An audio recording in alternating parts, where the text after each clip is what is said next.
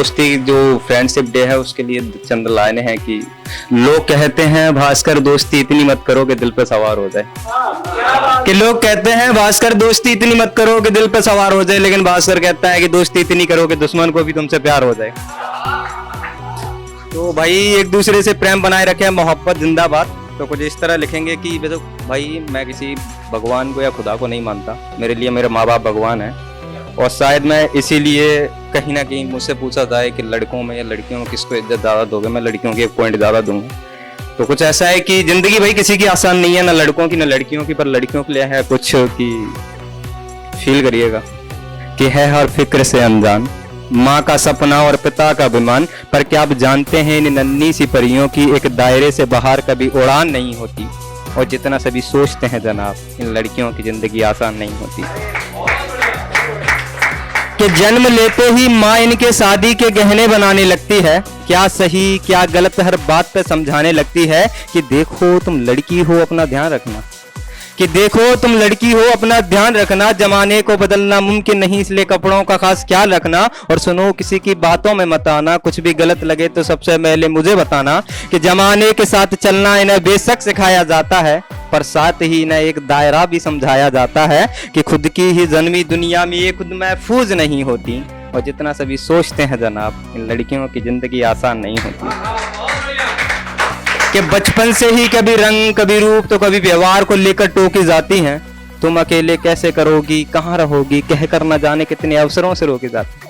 भाई हम लड़कों का क्या है कि मम्मी पढ़ने जाना है वहां जा बेटा है, और लड़कियों ने बोला तो उसके बाहर वाले घर वाले बोलेंगे कि तुम अकेले कैसे करोगी, कहाँ रहोगी, कह कर न जाने कितने अवसरों से रोकी जाती हैं। और कहने को तो लड़कों के बराबर है आज, पर मौका मिलते ही आंखें इन पर ही सेकी जाती हैं।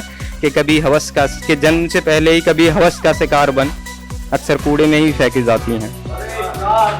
कि गलतियां कई नजरअंदाज करती हैं बेशक, पर नजरिए से ये कभी किसी से अनजान नहीं होती।